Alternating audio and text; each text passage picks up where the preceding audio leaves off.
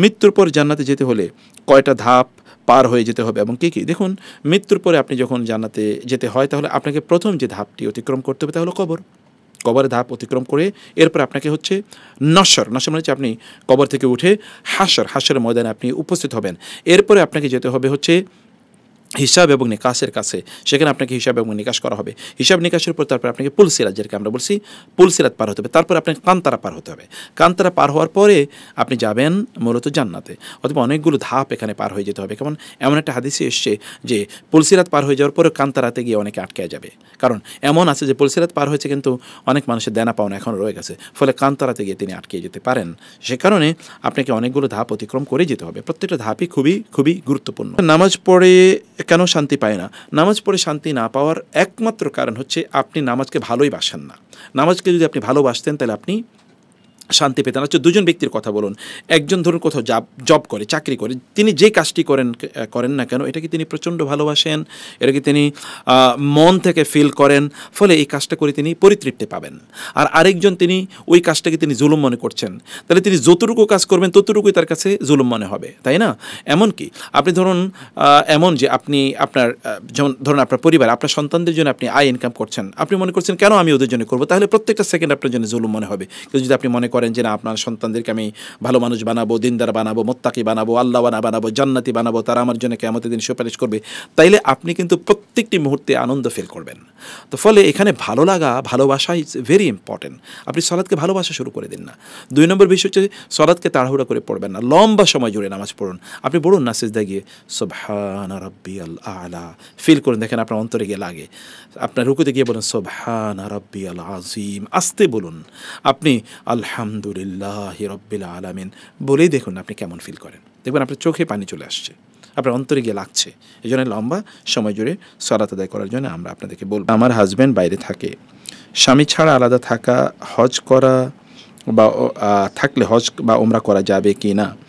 দেখুন, 1 নম্বর কথা হচ্ছে যে যেহেতু সহিহ হাদিসের বর্ণনা যে একজন নারী তিনি মোহরেম ছাড়া বা মাহারাম ছাড়া তিনি সফর করবেন না, লা তুসাফিরান্নাল মারআতু ইল্লা মা যি মাহরামিন, একজন নারী মাহরাম ছাড়া তিনি সফর করবেন না, যেহেতু এটা হাদিসে এসছে। আর আপনার স্বামী বাইরে থাকলেও যেহেতু আপনি কোনো মাহরাম ছাড়া যেতে পারবেন না, তো সেক্ষেত্রে আপনার জন্য হজ ফরজ হয় না। মনে রাখতে হবে নারীদের জন্য মাহরাম থাকার উপস্থিতিতেই কেবলমাত্র হজ ফরজ হয়। আর যদি এমন হয় যে আপনি কোনো মাহরাম নিয়ে যেতে পারবেন তাহলে সেটি আপনার জন্য জায়েজ হতে পারে ইনশাআল্লাহ।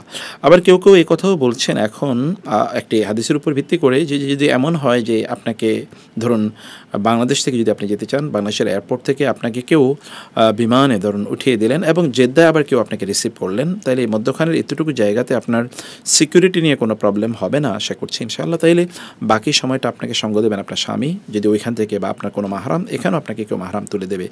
এরকম বলেও কেউ কেউ এটাকে জায়েজ করার কিছু ফাতোয়া প্রদান করছেন। তো আমরা সকল অবস্থায় বলি যে আপনাকে আপনার নিরাপত্তার জন্যে মূলত মাহরাম এর প্রয়োজন আছে। অর্থাৎ মাহরাম ছাড়া আপনার উপর হজ ফরজ না।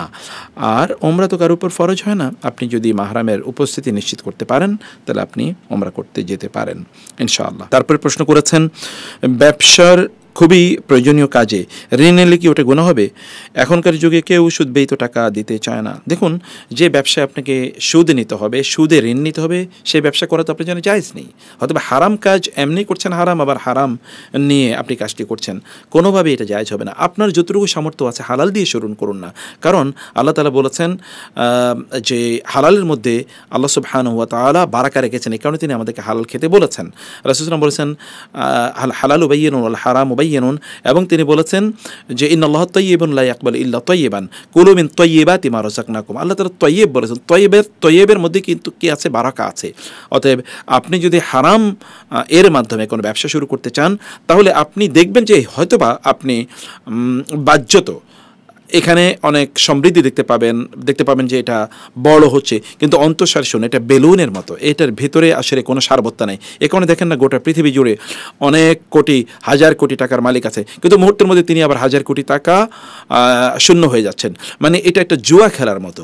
তো জুয়ার মধ্যে যেমনিভাবে কোনো অন্তঃসার নাই, এই জাতীয় হারামের ব্যবসার মধ্যেও বা হারাম ইকোনমির মধ্যে কোনো অন্তঃসার নাই, গোটা পৃথিবীতে অর্থের ব্যাপক পরিমাণ প্রভাব আছে, কেউ তারপরও দারিদ্র যায় না, তারপর হাহাকার যায় না, তারপরেও দুর্নীতি কমে না, মানুষের অনেক আছে কিন্তু তারপরেও তার অভাব দূর হচ্ছে না, তার হতাশা দূর হচ্ছে না, তার টেনশন দূর হচ্ছে না, বরং মানুষ আগের চেয়ে আরও অনেক বেশি রোগাক্রান্ত হয়ে যাচ্ছে এই টেনশনে, তার সম্পদের টেনশনে। কারণ এগুলো তাকে সত্যিকার অর্থে মুক্তি দিতে পারে না, তাকে শান্তি প্রদান করতে পারে না।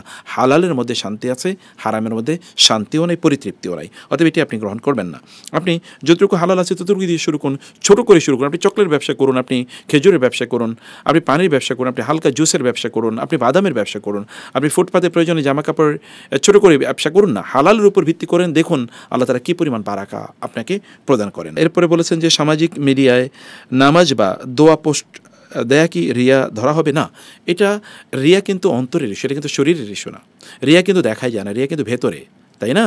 আল্লাহ সুবহানাহু ওয়া তাআলা বলেছেন আল্লাযীনা ইউরাউন ওয়া ইয়ামনাউনাল মাউন। আবার বলেছেন যে ব্যক্তি দান করে রিয়া আন-নাসি, মানুষকে দেখানোর জন্য। এবং রাসূল সাল্লাল্লাহু আলাইহি ওয়াসাল্লাম বলেছেন রিয়া এটা হচ্ছে কি? এটা হচ্ছে গোপন শিরক। তিনি বলেছেন আখওয়াফু মা আখাফু আলা উম্মতি শিরক আল আসগার। এবং তিনি বলেছেন এই শিরকে আসগারটা হচ্ছে এমন যে নিকষ কালো অন্ধকার রাতে একটি কালো পাতিলের উপর একটা কালো পিঁপড়া যেমনিভাবে চলে যায় মানুষের অন্তর্দৃষ্টি, মানুষের দৃষ্টির বাইরে থেকে, ঠিক তেমনিভাবে শিরক অর্থাৎ রিয়ার শিরকটি মানুষের অন্তরে প্রবেশ করে। ফলে রিয়ার শিরকটা দেখা যায় না, এটা প্রকাশ করা যায় না। আপনি যদি কাউকে বলেন আমি আপনাকে দেখানোর জন্য করছি, তখন তো আর এটা প্রকাশের মানে মানুষকে প্রদর্শনের রিয়া তখন আর হচ্ছে না, এটা অন্তরের বিষয়। অতএব আপনি আপনার অন্তর থেকে যদি পরিশুদ্ধ থাকেন তাইলে আপনি এটা বলতে পারেন। আপনি নিয়ত করুন যে আমি এটা করতে চাই মানুষকে দিনে দাওয়াত দেওয়ার জন্য। কারণ আপনি অথবা সরাসরি কোনো হালাকায় অথবা কোনো মাজলিসে অথবা কোনো মাহফিলে আপনি হয়তো অংশগ্রহণ করতে পারছেন না, সেখানে আপনি বলতে পারছেন না, কিন্তু আপনি সোশ্যাল মিডিয়ার মাধ্যমে আপনি দাওয়াত দিচ্ছেন। আপনার উদ্দেশ্য হলো আল্লাহর দিনের প্রতি দাওয়াত দিচ্ছেন, আল্লাহ সন্তুষ্টির জন্য। তখন আর এটা রিয়া হবে না, বরং শয়তান মানুষকে এই রিয়ার ভয় দেখিয়ে মানুষকে ইবাদত থেকে দূরে রাখে। অনেকেই তারা নামাজ পড়তে যায় না মসজিদে, কেন? মানুষে তাহলে বলবে লোকটা দেখো নামাজি, এখন সে মসজিদে যায় না, ঘরে একাকী নামাজ পড়ে। শয়তান এই জায়গায় তাকে ধরেছে, কারণ শয়তান জানে এই ব্যক্তি যদি মসজিদে নামাজ পড়তে যেত তাহলে তার ফরজ আদায় হতো। এখন যেহেতু সে ঘরে নামাজ আদায় করছে, তার ফরজ আদায় হচ্ছে না, কারণ জামাতে অংশগ্রহণ করা পুরুষদের জন্য ফরজ। সেখানে সে কিন্তু মানে ফরজিয়ত থেকে বঞ্চিত হচ্ছে এবং শয়তান এখান থেকে গেইন করছে। অতএব শয়তান রিয়ার ভয় দেখিয়েও অনেক মানুষকে ইবাদত থেকে বিরত রাখে। এটা যেন আমাদের মধ্যে সংক্রমিত না হয়, সে ব্যাপারে আমাদেরকে সচেষ্ট থাকতে হবে। আল্লাহ তাআলা তৌফিক দান করুন, আল্লাহুম্মা আমিন। তারপরে প্রশ্নটি হচ্ছে আমি কাউকে কষ্ট দিয়েছি কিন্তু এখন যোগাযোগ নেই, ক্ষমা চাইব কীভাবে?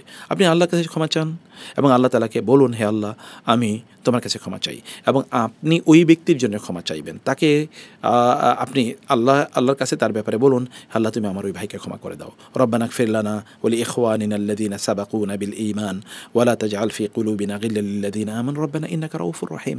ক্ষমা করে দেওয়ার আলটিমেট মালিক তো আল্লাহ তাআলা। অতএব আপনি আল্লাহর কাছে ক্ষমা চান এবং ওই ব্যক্তির ব্যাপারেও আপনি আল্লাহর কাছে প্রার্থনা করুন, দোয়া করুন। এটা একটা কম্পেনসেশন হবে, কারণ হাদিসে এসে ও আতবিইস সাইয়্যাতাল হাসানাতা তামহুহা, তুমি যদি কোনো একটা খারাপ কাজ করে থাকো তাহলে তার বিপরীতে একটা ভালো কাজ করো। ইন্নাল হাসানাতি ইউযহিবিনাস সাইয়্যাত যালিকা যিকরা লিয-যাকিরিন। আল্লাহ তাআলা বলেছেন ভালো কাজগুলো মন্দ কাজগুলোকে দূর করে দেয়। অতএব আপনি ভালো কাজ করুন। যেহেতু আপনি একটা মন্দ কাজ করেছেন, এখন ভালো কাজ করুন, তাহলে আল্লাহ সুবহানাহু ওয়া তাআলা আপনার এই মন্দটাকে দূর করে দেবে ইনশাআল্লাহ। দাদার আগে পিতা মৃত্যুবরণ করলে নাতিরা দাদার সম্পদের কিছু পায় না, তাহলে তারা কোথা থেকে আত্মমর্যাদা বোধে বাঁচিয়ে রেখে সমাজে মানিয়ে চলবে অথবা নিজেরা জীবিকা নির্বাহ করবে? দেখুন প্রিয় বোন, এই মাসালার দুটো উত্তর আছে। দাদার আগে যদি বাবা মারা যায় তাহলে নাতিরা সম্পদ পাবে কিনা এ ব্যাপারে দুটো মাসালা আছে। একটা মাসালা হলো তারা পাবে না, যেটা আমাদের দেশে হানাফি মাযহাব অনুসারে এই মাসালাটি গ্রহণ করা হয়েছে, কিন্তু আরেকটু শক্তিশালী মত আছে, তা হলো নাতিরা পাবে, এবং আমি ব্যক্তিগতভাবে সেই মতটারই সমর্থন করি। আপনি এই কারণে আমরা আলেমদেরকে বলবো যে এই মাসালাটি বরং সমাজে আপনারা বলুন, বরং এই মাসালাটি মানুষকে বলুন, আদারওয়াইজ এই শিশুরা তারা কোথায় যাবে? তারা অধিকার বঞ্চিত যদি হয় অথবা তারা যে সম্পদ থেকে বঞ্চিত হয় তারা জীবনযাপন করবে কোত্থেকে? এ কারণে এটা যেন করে। 2 নম্বর বিষয় হচ্ছে এখানে দাদার দায়িত্ব আছে। দাদার দায়িত্ব হচ্ছে এই নাতিদের জন্য ওসিয়ত করা।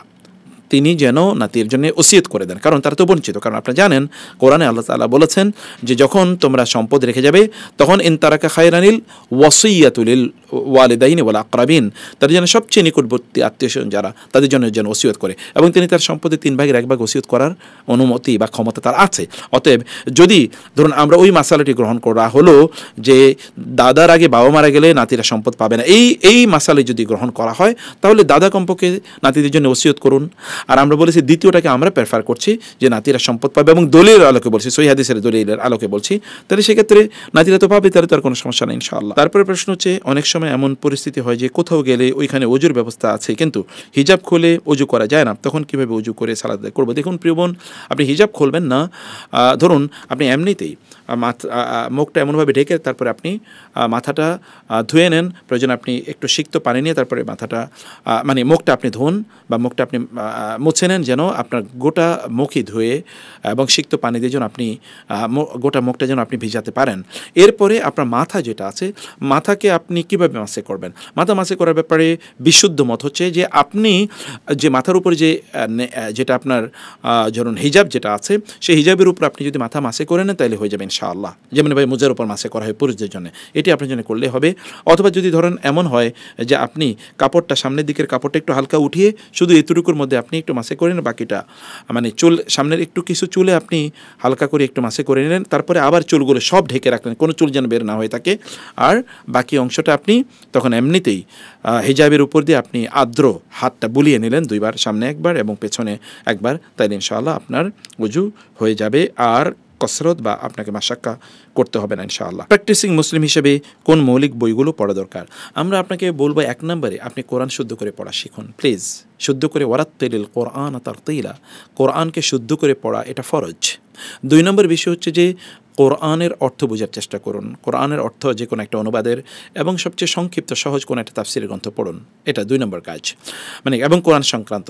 2 নম্বর কাজ হচ্ছে আপনি রাসূলুল্লাহ সাল্লাল্লাহু আলাইহি ওয়াসাল্লামের একটা সিরা, যে কোনো একটা সিরার একটা বই পড়ুন, সেটা রাহিকুল মাকতুম হতে পারে, অথবা রাসূলে আরবি হতে পারে, অথবা ধরুন নবী রহমত হতে পারে, যে কোনো একটা সিরা এর বই আপনি, অথবা সিরাতে ইবনে হিশাম হতে পারে, সিরাতে ইবনে কাসির হতে পারে, যে কোনো একটা সিরা এর বই পড়ুন আপনি ইনশাআল্লাহ। 3 নম্বরে আপনি আকিদার উপর যে কোনো একটা গুরুত্বপূর্ণ বই পড়ুন, সেটা ডক্টর আব্দুল্লাহ জাহাঙ্গীর রাহিমাহুল্লাহ এর ইসলামী আকিদা, অথবা ধরুন তার যেটি আল ফিকুল আকবর, এই বইটি আপনি পড়তে পারেন। 4 নম্বরের বিষয় হচ্ছে যে আপনি হাদিসের যে কোনো একটা বই পড়ুন, এবং ধরে আপনি সহিহ বুখারী, সহিহ মুসলিম এগুলো পড়বেন না, বরং আপনি যেমন রিয়াদুস সালিহিন পড়ুন, অথবা ইমাম নববীর 40 হাদিসের গ্রন্থটি পড়ুন, বা বুলুগুল মারাম পড়ুন, একেবারে সংক্ষিপ্ত, অথবা মুনতাখাব নামে অনেক ধরনের হাদিসের গ্রন্থ আছে, সেগুলো আপনি পড়বেন। এবং পঞ্চমত আপনি ফিকহের যে কোনো একটা মৌলিক কিতাব আপনি পড়ুন, আপনার অ্যাভেলেবল যেটা আছে এরকম কোনো একটা মৌলিক কিতাব আপনি ফিকহের পড়ুন। আশা করছি এই ধারাবাহিকতায় যদি আপনি পড়াশোনা করে, এটা ফার্স্ট স্টেজ, এরপর আপনি সেকেন্ড স্টেজে যাবেন ইনশাআল্লাহ।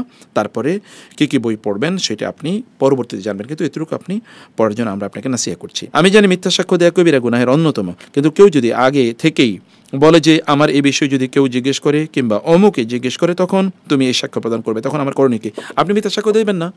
আল্লাহ সুবহানাহু ওয়া তাআলা বলেছেন ওয়াল্লাযীনা লা ইয়াশহাদুনা আয-যুরা, যারা মিথ্যা সাক্ষ্য প্রদান করে না। অতএব মিথ্যা সাক্ষ্য প্রদান করা এটা হারাম, এটা সবচেয়ে বড় কবিরা গুনার মধ্যে সবচেয়ে শাহাদাতুজ জোর, আলা শাহাদাতুজ জোর। রাসূল সাল্লাল্লাহু আলাইহি ওয়াসাল্লাম এটা বলছিলেন, সাহাবায়ে কেরামরা বারবার যখন এই কথা বলছিলেন, সাহাবায়ে কেরামরা তারা প্রকম্পিত হয়ে উঠছিলেন, বারবার রাসূল সাল্লাল্লাহু আলাইহি ওয়াসাল্লাম এই কথা বলেছেন। অতএব মিথ্যা সাক্ষ্য দেয়া এটা ভয়াবহ অপরাধ, এগুলো কোনোভাবে করা যাবে না। এটা মানুষের অধিকার নষ্ট করা, অধিকারে হস্তক্ষেপ করা, এটা আল্লাহ ক্ষমা করবেন না, এই গুনাহ আল্লাহ মাফ করে দিন।